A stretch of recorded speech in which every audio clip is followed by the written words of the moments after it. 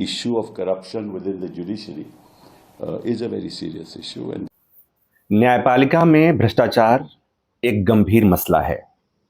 आपने सुन लिया, वरिष्ठ वकील कपिल सिब्बल ये बात कह रहे हैं। कल सुप्रीम कोर्ट में कपिल सिब्बल ही गए थे चीफ जस्टिस के सामने ये बताने के लिए कि माय लॉर्ड, एनसीईआरटी किताब में 8वीं के बच्चों के लिए जो किताब बनी है उसमें न्यायपालिका में भ्रष्टाचार को लेकर एक अध्याय जोड़ा गया है। उन्होंने चिंता जताई। उन्होंने कहा कि इस तरह से न्यायपालिका की गरिमा को नुकसान पहुंच सकता है, उसकी छवि को नुकसान पहुंच सकता है, इसलिए अदालत को इसमें संज्ञान लेना चाहिए।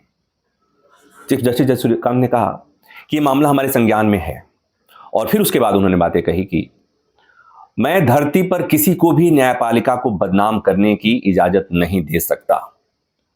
मैं न्यायपालिका का प्रमुख हूं और मुझे पता है कि मुझे क्या करना है।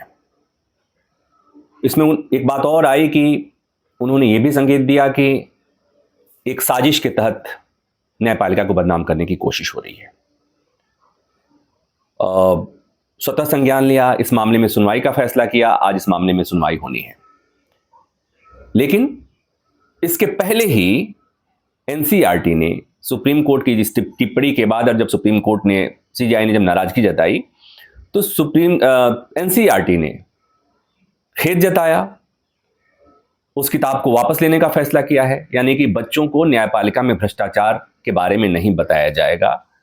एनसीईआरटी ने माफी मांग ली है। एनसीईआरटी ने कह दिया कि एनसीईआरटी का कोई इरादा नहीं है न्यायपालिका की गरिमा को ठेस पहुंचाने का। न्यायपालिका का सम्मान सर्वोपरि है। न्यायपालिका, और भी बातें कि न्यायपालिका संविधान की रक्षक है और न्यायपालिका लोकतंत्र की रक्षक है, और इसलिए उन्हें इस बात का खेद है। यहां तक बात तो ठीक है। अब बात आती है कि कपिल सिब्बल को आपने सुना कि कपिल सिब्बल कह रहे हैं कि न्यायपालिका में भ्रष्टाचार एक गंभीर मसला है, और एक बार नहीं कई बार ये बातें कही जाती रही हैं। और खासकर उस समय से मामला और तूल पकड़ा जब एक हाईकोर्ट के जज के घर से पैसे मिले। पूरे देश में हंगामा मच गया, न्यायपालिका में तो मचा ही था, और ये बात सबके संज्ञान में है। एफआईआर दर्ज नहीं हो पाई। उस जज को हटाने के लिए, जस्टिस यशवंत वर्मा की बात मैं कर रहा हूं, संसद में प्रस्ताव आया है, उसके लिए एक कमेटी का गठन कर दिया गया है। उसी समय से बात, सिब्बल साहब भी उसमें है कहीं जुड़े हुए, हालांकि वो यशवंत वर्मा का बचाव कर रहे हैं। साल भर हो गए, चाहे बच्चे हों, बुजुर्ग हों, महिलाएं हों, कोई भी आदमी, पढ़ा लिखा हो, कम पढ़ा लिखा हो, न्यायपालिका से जुड़ा हो, नहीं जुड़ा हुआ हो, सबके मन में सवाल कि जज के घर पैसा मिला, उस मामले में आगे कार्रवाई क्या हुई, और नहीं हुई तो क्यों नहीं हुई। लोगों ने पूछा एफआईआर दर्ज क्यों नहीं हुई। इस सवाल का जवाब किसी के पास नहीं है।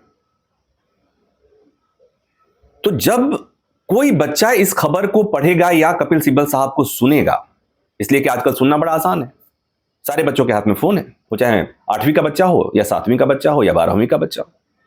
तो जब अपने फोन में वो देखेगा कि सिब्बल साहब ये कह रहे हैं कि न्यायपालिका में भ्रष्टाचार एक गंभीर मसला है, तो अगर किताब में पढ़ लेता है तो क्या दिक्कत है। बच्चों को क्यों नहीं पढ़ना चाहिए? मुझे लगता है कि बच्चों को पढ़ना चाहिए। बच्चे पढ़ेंगे नहीं तो सवाल कैसे करेंगे? सवाल नहीं करेंगे तो जवाब कैसे मिलेगा?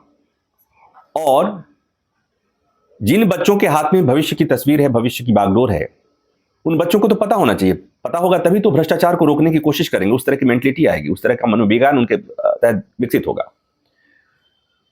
तो एक बात और, जब सीजीआई ने बात कही थी कि एक साजिश है ये, तो साजिश कौन कर रहा है? एनसीईआरटी की किताब में लिखा हुआ था, एनसीईआरटी की किताब थी। एनसीईआरटी किताब किसकी है? एनसीईआरटी किसकी है? तो साजिश कौन कर रहा है? सरकार कर रही है। और सरकार क्यों कर रही है? अगर सीजीआई कह रहे हैं कि उनको पता है कि क्यों हो रहा है, तो सरकार क्यों कर रही है? सरकार को न्यायपालिका को बदनाम करके क्या मिलेगा? तो ये बात तो सीजीआई जाने और सुप्रीम कोर्ट जाने। लेकिन एक बात और मुझे कहती कि सुप्रीम कोर्ट को न्यायपालिका को बदनाम करने की जो घटनाएं हाल के दिनों में बढ़ी हैं, इसी सरकार के उपराष्ट्रपति ने सुप्रीम कोर्ट पे बहुत गंभीर टिप्पणी की थी। एक सांसद हैं, सुप्रीम कोर्ट पर गृह युद्ध छेड़ने तक का आरोप लगा दिया था। और ऐसा नहीं था कि संज्ञान में नहीं आया, सुप्रीम कोर्ट के संज्ञान में नहीं आया और सीजीआई के संज्ञान में नहीं आया होगा। तो मसला यह है कि जब किसी जज के घर में पैसा मिलेगा और उस पर कार्रवाई नहीं होगी तो लोग पूछेंगे ना, बच्चे भी पूछेंगे, बड़े भी पूछेंगे। तो बात यह होनी चाहिए कि न्यायपालिका में भ्रष्टाचार को रोकना कैसे है। न्यायपालिका में इंफीरियर जजों की नियुक्ति को कैसे रोकना है, बात इस पर होनी चाहिए। बात इस पर होनी चाहिए कि कोई जज, किसी जज के घर पैसा कैसे मिलता है, कोई जज राज्यसभा कैसे चला जाता है, ऐसे जज न्यायपालिका में कैसे आते हैं जो ये कहें, जिनके इस तरह के बयान आए, इस तरह की टिप्पणी आए कि गाय कार्बन डाइऑक्साइड सांस में लेती है और ऑक्सीजन छोड़ती। ऐसे जज कहां से आते हैं जो कहते हैं कि मोरनी संभोग नहीं करते, मोरनी आंसू पी करके गर्भवती होती है। ये सारे सवाल, ये सारी चीजें जो है ना, वो सब आजकल सोशल मीडिया के जमाने में सब बच्चों के हाथ में फोन मौजूद है और वहां पर भी है। तो बच्चों के मन में भी तो सवाल आता होगा ना। तो मुझे लगता है कि एक गंभीर मसला है, बड़े मिलकर छुपाने की कोशिश ना करें कि न्यायपालिका में क्या है। यह ठीक नहीं है, न न्यायपालिका के लिए ठीक है, न देश के लिए ठीक है, न लोकतंत्र के लिए ठीक है। बीमारी दिखनी चाहिए, दिखेगी नहीं तो इलाज नहीं होगा। और बच्चों को पता हो जाए तो क्या दिक्कत है। जिस देश की एक बड़ी आबादी अदालतों पर तरह तरह की टिप्पणियां करती है, इस देश की बड़ी आबादी आजकल अदालतों के फैसलों से अगर नाखुश है, इस देश की बड़ी आबादी को लगता है कि न्यायपालिका में भ्रष्टाचार है, तो इस देश के भविष्य जो बच्चे हैं उन्हें क्यों नहीं पता होना चाहिए। उन्हें पता होना चाहिए, उन्हें पता होना चाहिए कि न्यायपालिका में भी भ्रष्टाचार है, मीडिया में भी भ्रष्टाचार है, ब्यूरोक्रेसी में भ्रष्टाचार है, पुलिस में भ्रष्टाचार है, अस्पतालों में भ्रष्टाचार है, सब जगह भ्रष्टाचार है। राजनीति में भ्रष्टाचार तो है ही। तो राजनीति में भ्रष्टाचार है, इस पर बात होगी। मीडिया में भ्रष्टाचार है, इस पर बात होगी। स्वास्थ्य सेवाओं में भ्रष्टाचार है, इस पर बात होगी। तो न्यायपालिका में भ्रष्टाचार अगर है, उस पर बात हो रही है, तो दिक्कत क्यों होनी चाहिए। और अगर दिक्कत है, अगर बच्चों को नहीं बताना है, तो बस एक गुजारिश है कि न्यायपालिका में भ्रष्टाचार को लेकर गंभीर रवैया अपनाना होगा। न्यायपालिका में भ्रष्टाचार की घटना को रोकने के लिए अदालतों को और जजों को गंभीर होना होगा। बाहर के लोग क्या कह रहे हैं इस पर ध्यान न देकर यह ध्यान देना होगा कि ऐसा कुछ न हो न्यायपालिका के भीतर से कि लोग कहें, यानी कि न्यायपालिका के भीतर जो लोग न्यायपालिका को बदनाम करने वाले लोग हैं, उनके साथ न्यायपालिका को सख्त होना होगा।